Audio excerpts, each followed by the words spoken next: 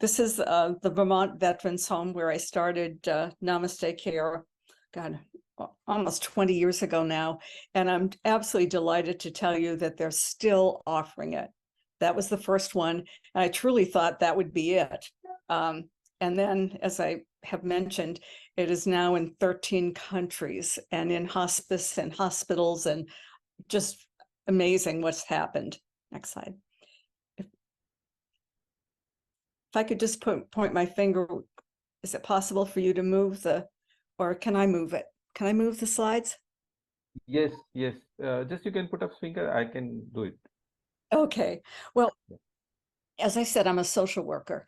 And when I first started in social work so many years ago, believe it or not, people in nursing homes and assisted living were alert and oriented. And so I got to be a social worker. I got to talk about their feelings and made, discharge plans so that they could go back home or wherever else they were going to be living.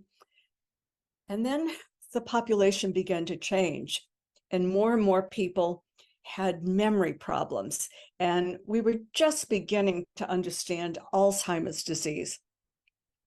And so what I decided to do, because when I saw people with memory loss involved in activities, they were happy. The problem was that there would be an activity and then nothing, and then another activity and then nothing, say for half an hour or an hour. And in that time when nothing was happening was when everything was happening. This is when they were falling. This is when they were falling asleep, and then they were awake at 3 o'clock in the morning, and they were given antipsychotics, the behaviors. And so I thought, what if we had one program just following another?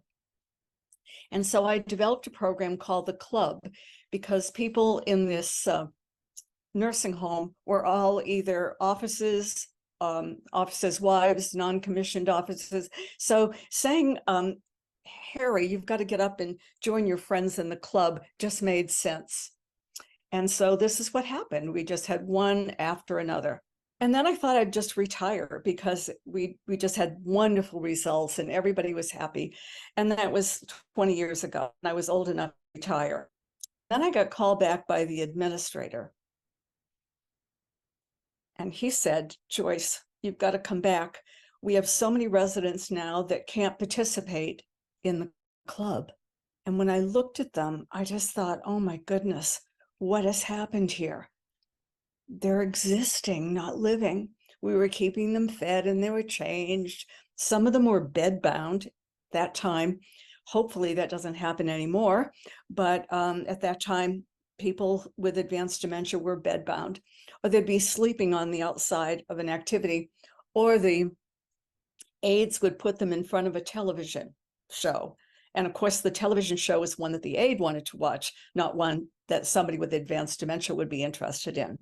I call that existing. So here was a family member, and you can see mom. Mom had been in the club and, had really been an active participant. And now, as you can see, she had advanced dementia and she could no longer participate in the club. And when I was there for a consulting visit, the daughter said, Joyce, could you please develop something like the club, but something for people like my mom, the way she is now? I don't want to give up. And then I didn't want to give up. So I thought, what can I do? I guess I need to develop a program like the club, but a program for people with advanced Alzheimer's disease. And that's how Namaste Care started. And, every time you develop an activity program, it has to have a name. And I was reading something that said Namaste, to honor the spirit within. And I thought that is a perfect name for a program that honors not only the resident receiving it, but the person offering it, as well as the families. But Namaste is a word that you can't copyright because it's like hi. So that's how it got its name, Namaste Care. And I didn't want a program that had so many rules and regulations that people would just go, oh my gosh, I don't want to do anything like this. It's going to cause me more problems. And I didn't want a program that when the surveyors came in to look at you, they had, 10 different ways that they needed to assess your program. So I only had 2 proposals in it. And one was the environment. I'm sorry, I call them principles. I wanted Namaste to take place in a very calm environment. I wanted the lights to be lowered, no overhead sounds, and to make the room look as home-like as possible. I had one family member tell me that when she walked into the Namaste care room, she said, "I feel like I'm being enveloped in a giant hug." I also wanted to make sure that people were not taken care of in a hurried fashion. Now, we know that in nursing homes, in assisted living, and in hospitals, the staffing is critical now. And an aide is so well-intentioned and wants to go in and take really good care of the people she's responsible for or he's responsible for. But if you've got 10 full care people that need full and total care, you just don't have the time. But when they come into the Namaste room, everything is slowed down. The power of loving touch. I just went in and introduced myself and called her by her special name and gave her a hug. And that's the way we were starting the day. And here she is, and greeting, that loving touch. And you can see the connection between the two with the eyes. Now, here's a woman who is very contractured. So they roll her into the Namaste care room. And this is not a peaceful way for this woman to start her day in the Namaste program. So we took a look at her, we assessed her for pain, and this is a pain ad scale, and it was actually developed by my husband, Ladislav Volitzer, and his nurse, Anne Hurley. They wanted to be able to assess pain in people with advanced dementia, and this was not copyrighted, so if you wanted to use it, you can just look it up on the internet and download it. So after we assessed her for pain, we wanted to make her comfortable, put a pillow in back of her head, snuggled her down with a nice soft blanket. And every person in the Namaste room has their own blanket. Now, I'm a butterfly person, so mine would be filled with butterflies, and my husband's Czech. And so his would probably have the Czech flag or some pictures of Prague on his. And we keep them in a Ziploc bag, because nursing has certainly taught me about infection control. So we're really careful about that. But this again adds to the individuality of each of the people in this program. Now, this is Betty. And I happened to be there the day that Betty started in the club. And she came in with, just the saddest looking face and all slumped down in her chair. Her family happened to be there. And as I said, I'm a social worker. So I said, well, tell me a little bit about Betty's life. What did she really like to do when she was younger? And they said, she did lunch. Every week she had lunch with her female friends, and she wore a blue hat and white gloves to the lunch. And I said, by any chance, do you still have the blue hat and the white gloves? And they said, yes. And I said, do you think we could have them here? The family was wonderful. They drove home, got the hat, got the gloves, and look at her. She just, every time she came in to the Namaste room and we put her blue hat on and her white gloves, she just, whoop, she was there and engaged very much and peaceful and happy, big smiles. So the morning program starts with a beverage. And I must admit that nursing taught me this. They were saying that so many times people with advanced dementia don't get enough to drink. Now you've got an aide, and they're probably having to feed many of the residents, and they try to offer them beverages. But, when you've got 8 to 10 people to take care of, it's really hard to do that. And so as soon as they come in to the Namaste room. They're greeted individually rather, and then they're assessed for pain, and then they're given something to drink. And we've checked with nursing to make sure that whatever they're given is appropriate, and their name is on the cup, and we just put it down beside them, and we gently hydrate them. And in many of the homes that I work in, the nursing assistants are so thrilled to get 8 to 10 residents off the floor that they'll come in and just go around from resident to resident and help them have a sip of whatever they're drinking, juice or water, whatever. And that's really been nice. And then, we don't worry about having vegetables and mashed potatoes. Whatever they want to eat is fine in Namaste. And for the most part, it's ice cream and sherbet and lollipops, as long as nursing assures us that they're not going to choke on them. So just sweet kinds of things. Now, this was an interesting resident. She was a challenge to the nursing department. All day long, she said, I want to go home. I want to go home. I want to go home.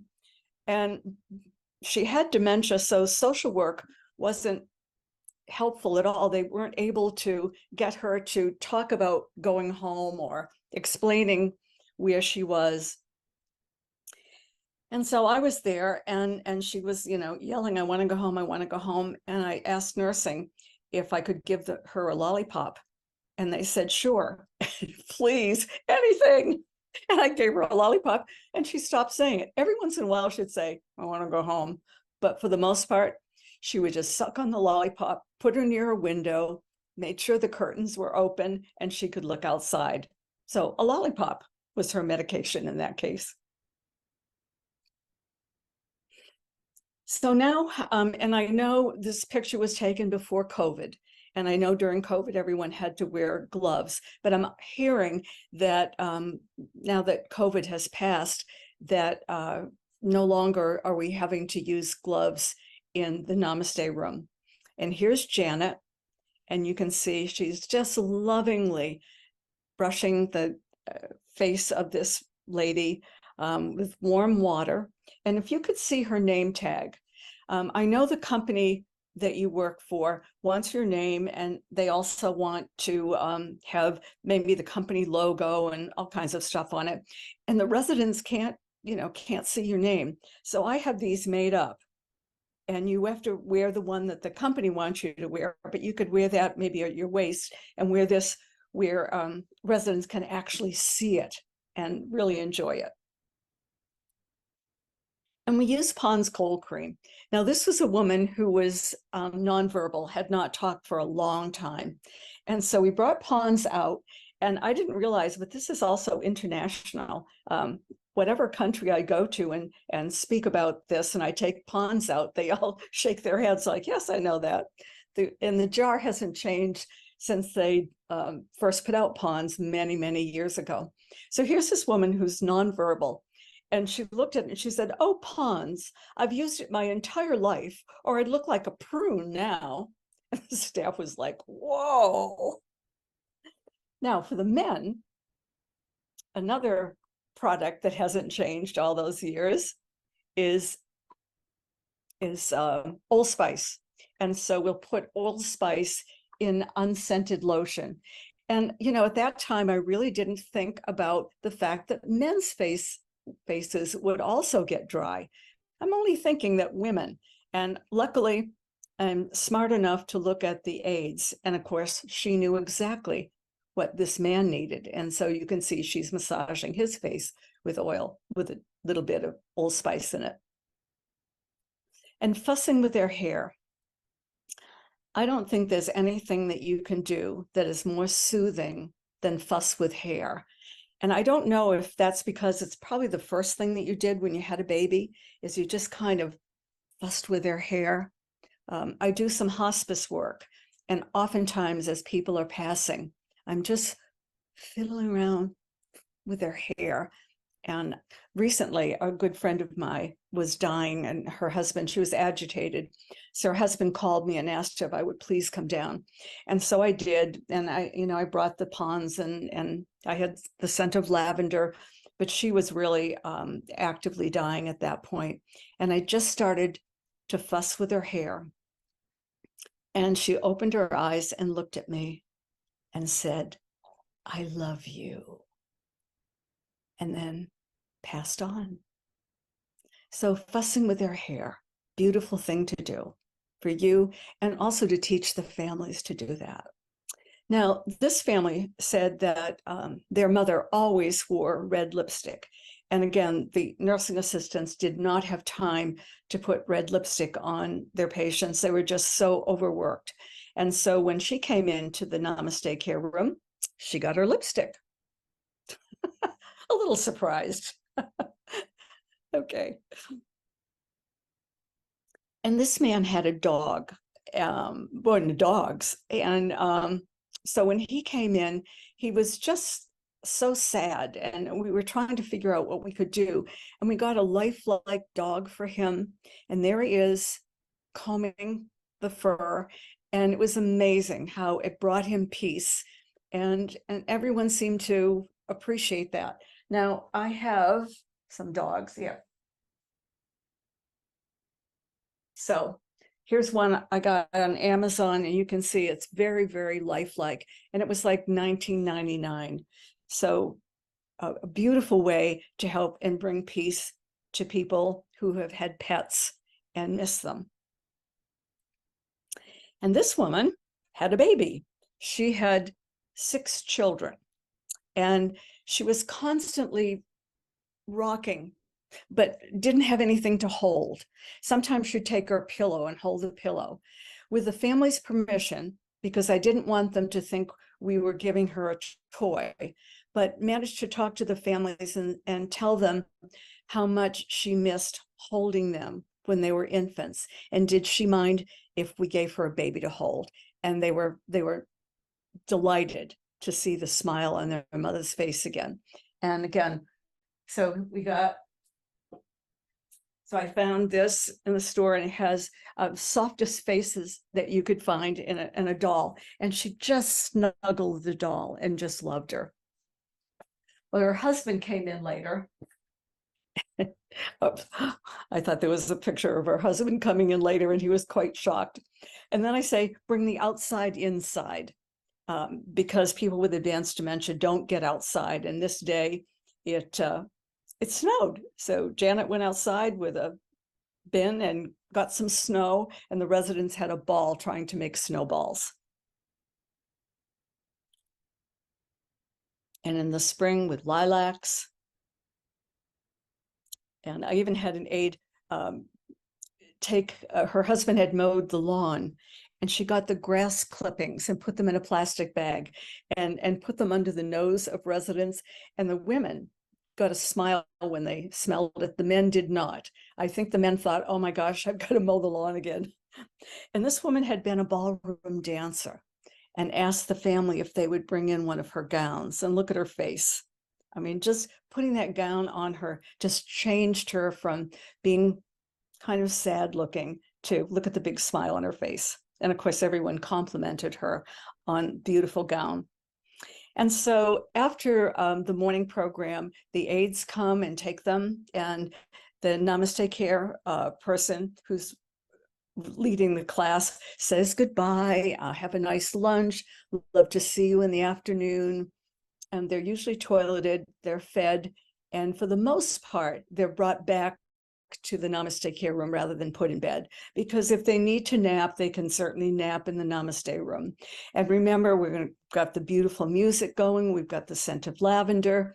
And on the television, if I have a big screen, I'll put some video on of nature or children or something like that. In the afternoon, we continue to do the hydration, and we might soak their feet. We might read some fun, maybe some poems that they had to read when they were children. And so we have a number of different activities in the afternoon.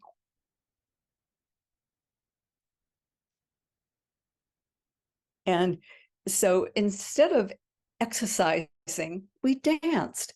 Oh, darling, down the river on a Sunday afternoon, and just sang, or played music that they would be familiar with, and just moving their arms. For the men, many of the men had been in the military, so put a march on, da-dum, ba-dum, bum, ba-bum, and then their feet are going. And so we just have fun in the afternoon dancing. And we do a Namaste Care hand massage. Now, instead of just doing a hand massage like this, I was taught to do everything in threes. So you start off by just making a circle on the palm of their hand, on their wrist 3 times. And you've got lotion. You go down each finger 3 times, each knuckle 3 times. And it takes a good 15, 20 minutes to do a Namaste Care hand massage. And this is something that I also taught families, because they go in and they're sitting next to mom or sitting next to his wife and doesn't know what to do because there's no conversation anymore. So teaching them to do a hand massage has been really lovely. And nursing loves this. And this is in the UK. And I was on the side doing hand massage, and the daughter looked at me and she said, "Could I try that? My mother hasn't recognized me anytime I've come to visit." And so she started to do a hand massage with her mother, and her mother looked at her and said, "I love you." And both the daughter and I were crying. It was just beautiful. Now, in this particular slide, you can see one hand is clenched up. They were both like that. And nursing was just desperately trying to get the hand opened so that they could clean it. But with a Namaste hand massage, you can see the hand is open, and it was clenched before, and now we were able to wash the hand. We were able to put lotion on it. And for the most part, the resident kept her hand open like that. So an easy way to do it. And then old-fashioned shave. And so usually every afternoon, one man will get an old-fashioned shave. Not so many times they're afraid of the razor, and they're panicked by it. And of course, we use Old Spice. That again is like Pond's. The packaging hasn't changed since they put it out many, many years ago. Okay. And music. Music just works. This is a hospice music therapist coming in, and this is a woman who had been nonverbal, and he played a song from the past. How much is that doggy in the window? And then woof woof is the way it goes. And darned if he played it and didn't she say woof woof. So we got her a dog, and every time he came in to see her, he played that song, and she took her dog out. But even when he wasn't there, she held the dog and had a big smile. And this is a picture of a man who, again, was visiting with his wife almost every day, and she didn't recognize him at all. And so we taught him to give a Namaste hand massage, and she looked at him for the first time in many, many weeks and gave him a beautiful smile. He was in tears that he was able to connect with her, doing something so simple as a hand massage. When somebody is actively dying, and this is a home in Cape Cod, I suggested that they put something on the door that would indicate that the person was actively dying. And I'm a butterfly person, so we chose a butterfly. So anyone walking by that saw that would know that somebody was actively dying. And then when someone is passed on, we're really not whisking them through the corridors anymore and hiding the residents so that they won't see that somebody's died. And in this particular home, the staff actually made a quilt. And so as they were taking the body out of the room, they had the quilt on her. And I've lost my screen, so am I still with you? Indeed, you are. Oh, good. I don't know what happened, but yeah, I can't see anything. So, that's the end of my presentation. How'd I do? Oh, fabulous. And you have like 40 seconds before we were going to go to questions. So we can just go to oh, do you see that slide? No. Okay. So we can go to questions and you'll have just an extra 30 seconds for questions. So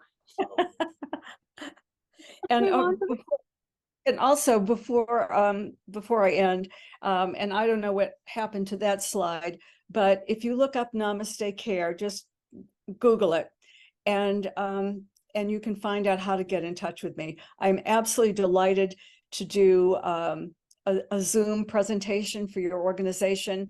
Everything I do is a gift. There's no charge for anything. Or if you just want to talk, please feel free to give me a call or email me. My email is just my name, Joyce Simard at earthlink.net. Joyce Simard at earthlink.net. And I'd be delighted to do whatever I can to help you perhaps get Namaste started in your situation. Well, thank you so much. I know I enjoyed your presentation just as much the second time as I did the first. Thank you. That's quite a compliment. Thank you.